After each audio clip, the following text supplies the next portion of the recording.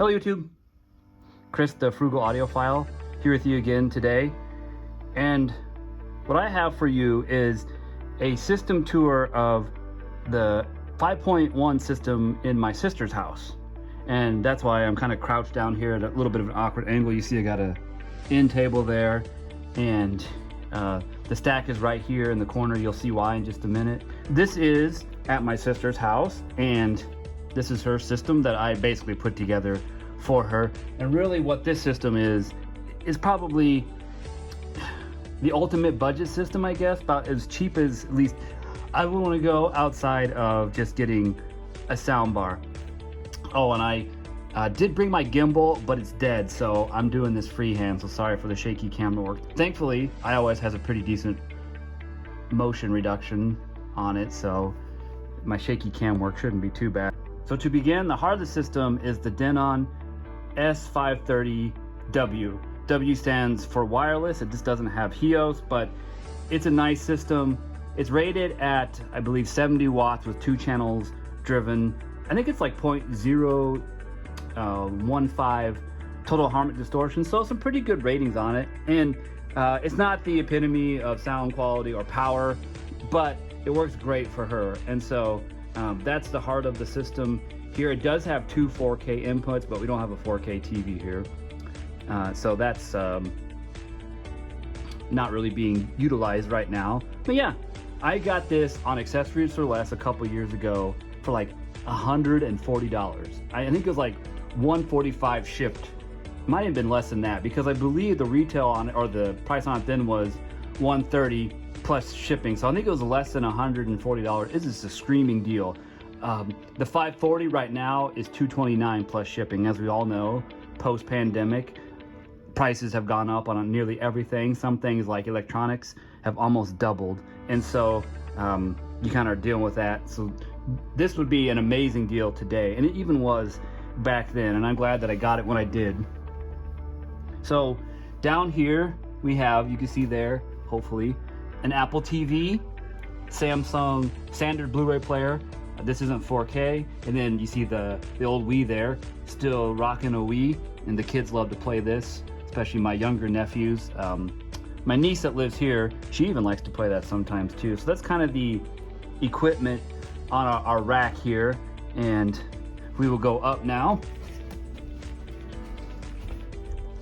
So I'm not sure if you can see back there. You see here's some of my wires. Oh, and this right here, this wire is an IR blaster, and it always gets messed around, but because the way this is arranged, if you have to kind of point the remote in odd angles, and this kind of helps just travel or send the IR signal from the TV area. So back there, underneath those wires, is a Dayton Audio Sub 1000L. Yes, this is a low profile 10-inch subwoofer from Dayton Audio. I believe the max wattage on this, the peak power, is 150 watts. So nothing amazing, nothing super powerful, but again, works for my sister and her needs. So that's the subwoofer that we're using. You see it fits nicely in this corner. I did not do the sub crawl to see if that is the best place for it. It's just really the only place she wants it, so that's where it is. And then we have the speakers here, and these are the Revel Concerto M8 speakers. A few months ago, my sister decided that she wanted white speakers. I had the Dayton Air series in here, and as you know, they are kind of ugly. They are black boxes, and so I understand her wanting to get something a little bit better, and so we found these. Actually, I found these for her, picked them up for like $99 each, or $100 each, plus shipping and tax, so just over $100 each. Unfortunately though, there was no center channel either in this series or available when I ordered them, and so we had to lay one on its side there with the angle. It looks kind of strange, but it does work and it sounds just fine. Don't get any lobing issues. So that's the speakers that I'm using up front. We'll take a look in the rear here. If you can see there above the lamp, that is an acoustic audio, I can't remember what it's called. It's like an on-wall speaker, but as you can tell, it's very flat and very, very white. It just blends in so nicely, like it's even difficult to see that it's there, but you can see it. Oh, there's my sister's kitty. she's at my feet hanging out. My sister's gone on vacation right now, so I'm here filming some videos, and yes, she does know I'm here. And so there's one of them, and then beautiful big picture window on this home, and there's the other one by that lamp in that corner between the lamp, actually between the lamp and the door there. But she wanted flat speakers, and so I got these for the rear, and they were 60 bucks a pair. Nothing spectacular, nothing right home, but they get the job done, especially for rears. They barely go down to 120, so I have them crossed over at that, and that seems to work okay. Again, you'll notice in this system that aesthetics and convenience are a priority over performance. So we'll go back around here and look at the front. And that continues on with the TV. This is a 50-inch Hisense TV. I don't know the model number. If I feel like looking it up, I will, but I probably won't because it's old. She got this, I think, 4 years ago. Yeah, well, 3 because it's 2018, so early 2018. It was a great deal, especially for a TV back then. It is a smart TV, but we don't use that because it's an old smart TV, and the smart interface is terrible on it. I don't even know what system it is, but it does have one with just a handful of apps. It's not Android or Roku or anything like that. It's before Hisense was using that. And you see the Samsung logo because the Blu-ray player is on. I was watching Aquaman to do some demos, so that's why you see the Blu-ray player is on there. And so for the smart TV functionality on this system, we use an Apple TV 4K.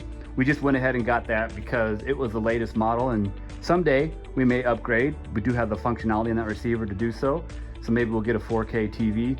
I don't know though, if you can see there, 55 inches is about as big as you can go in this system, and that is a brick wall right there. So to replace the TV mount on there and add a different one would be a chore. You would need masonry screws and bits and all that kind of stuff. It could be done, but it'd just be a chore. And so that's basically the system. Oh, and if you see on the table there, I have a Harmony 650 remote. Actually just had to buy a new one. I spilled water on the old one a few months ago, or a couple months ago, and so I had to order a new one.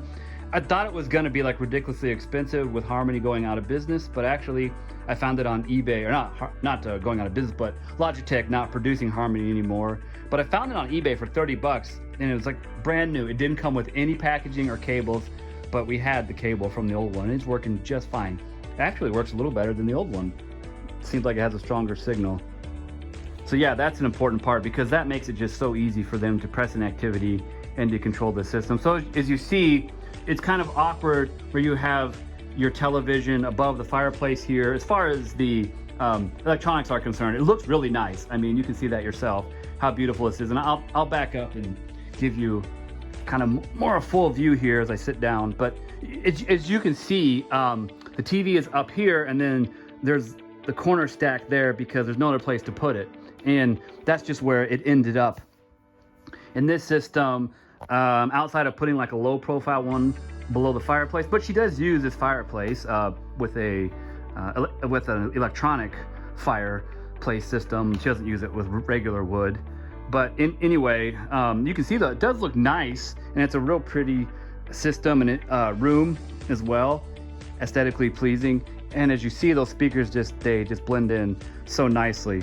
But because we have this weird angle here for the gear versus the TV and the speakers, I have an IR extender on there, set up there, so that you can just point the remote this way and send commands over to the stack. And it works sometimes it doesn't. It's okay. I need to come up with a better solution for her there. I think I need something with multiple output, maybe a little bit of power to it, because where it is right now, I don't know if you can see it from here, but it doesn't quite reach the equipment underneath there, but it does power on the receiver at startup, which is most important.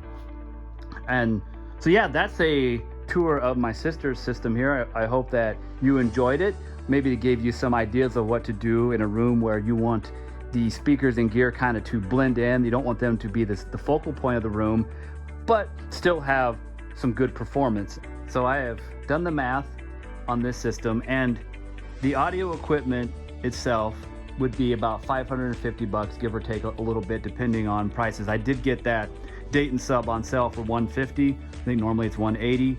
So yeah, and given the excellent deal I got on that Denon receiver, a system that cost that amount of money, $550-ish, it performs very well.